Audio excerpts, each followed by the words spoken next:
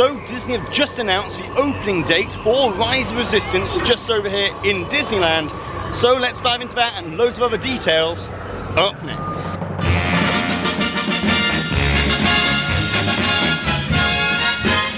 Hi there Waltoneers, I'm Jack and this is DSNY Newscast, but today we're on the planet of Batuu within Star Wars Galaxy's Edge at Disneyland, as Disney Parks blog has finally announced today the official opening dates for the Rise of the Resistance attraction coming to Star Wars Galaxy's Edge. With it set to open on December 5th, 2019 over in Walt Disney World, and it will open on January the 17th, 2020 in Disneyland. Now this is some pretty major news, as it was originally expected that this ultra-immersive trackless dark ride would open in Phase 2 for Star Wars Galaxy's Edge in Disneyland later this year. But for the opening to be delayed beyond that of the Walt Disney World version confirms what we'd been hearing about the attraction's development. As after all, Rise of the Resistance is the most ambitious and technologically advanced attraction Disney has ever created, with it essentially having 3 ride systems combined into one epic attraction. But for it to be opening 7.5 months later than the land's official opening date indicates that the problems that were plaguing the trackless ride technology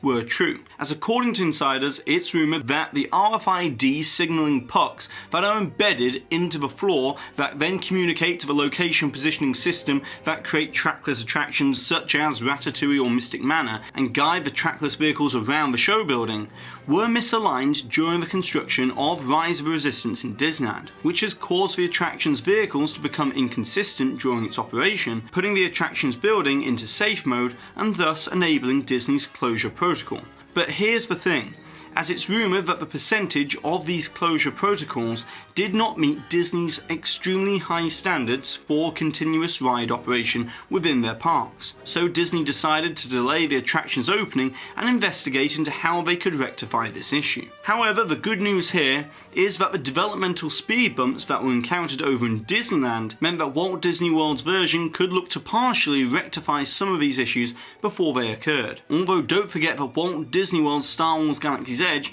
was always behind the developmental pace of Disneyland's version anyways. Now obviously this isn't the news that Disney would have wanted to deliver today, but in my opinion these high Disney standards is why I'm such a massive Disney fan. And it's always better to delay and deliver a consistent guest experience than suffer some operational issues and incredibly long waits like we've seen with the Hagrid's Magical Creature Motorbike Adventure over at Universal Studios. Now we've covered what to expect from this Rise of Resistance attraction in the past here on DSNY Newscast, but essentially it was considered to be the main attraction within Star Wars Galaxy's Edge, with the Millennium Falcon Smuggler's Run attraction being a complementary experience, as this Rise of the Resistance attraction will take you on a daring mission as part of the Resistance, where you will encounter the First Order on board a Star Destroyer and will have to escape from the powerful clutches of Kylo Ren. Now from what we've seen inside this show building so far, you'll be travelling through show scenes that look like you've just stepped right through the silver screen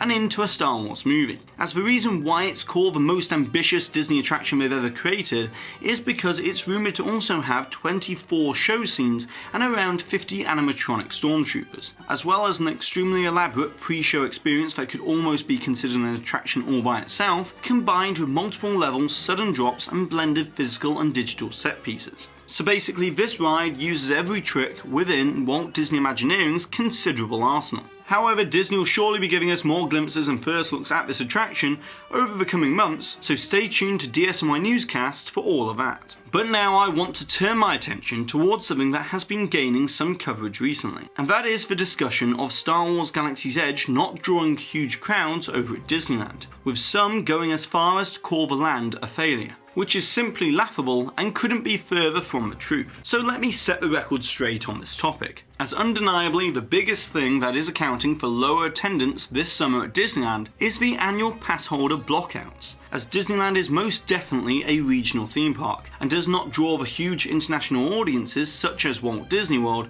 which is, after all, a destination resort. So when you consider that there are well over 1 million annual pass holders to the Disneyland Resort, these blockouts do take an effect, as the Deluxe and Disney Flex passes are blocked out until August 19th. And then the most popular and affordable pass, which is the Southern California Resident Pass, are all blocked out until September 4th. And so it's easy to see that the lower attendance figures directly correlate to these annual pass holder blockouts. But the very notion that Star Wars Galaxy's Edge has failed is ridiculous, especially considering the overwhelming positive feedback from guests. Although there is always going to be some improvements to be made in the future, like relaxing the costume policy, rolling out the interactive droids, and obviously increasing the capacity for Ogre's Cantina, which has been so incredibly popular that insiders have already stated that Disney are now looking to fast-track the full sit-down table service restaurant that was originally planned for Galaxy's Edge. But from first-hand experience of being inside Star Wars Galaxy's Edge for myself in June, I can tell you that the land, in my opinion, is absolutely fantastic. And believe me when I say that after researching and following the development of these new attractions and lands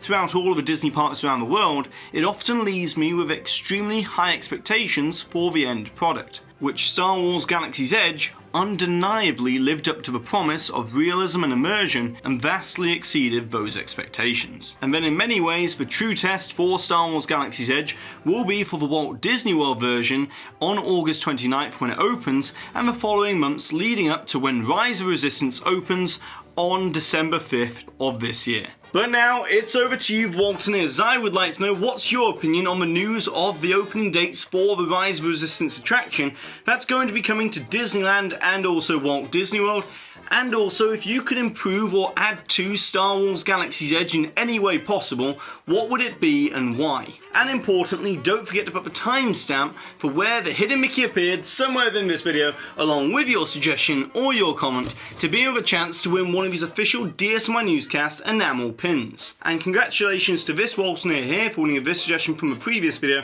where we were discussing the Marvel themed land that's coming to Disney California Adventure. And so that's it for today, so go ahead and subscribe down below if you're new to this channel. Hit that notification icon so therefore that way you always receive an update whenever these videos come out on a Tuesday and a Thursday. And also, if you've enjoyed today's video from over in Star Wars Galaxy's Edge in Disneyland and from here in the studio, then give this video a massive thumbs up as it really does help this channel out. And I've been Jack, you've been you, and I'll see you real soon.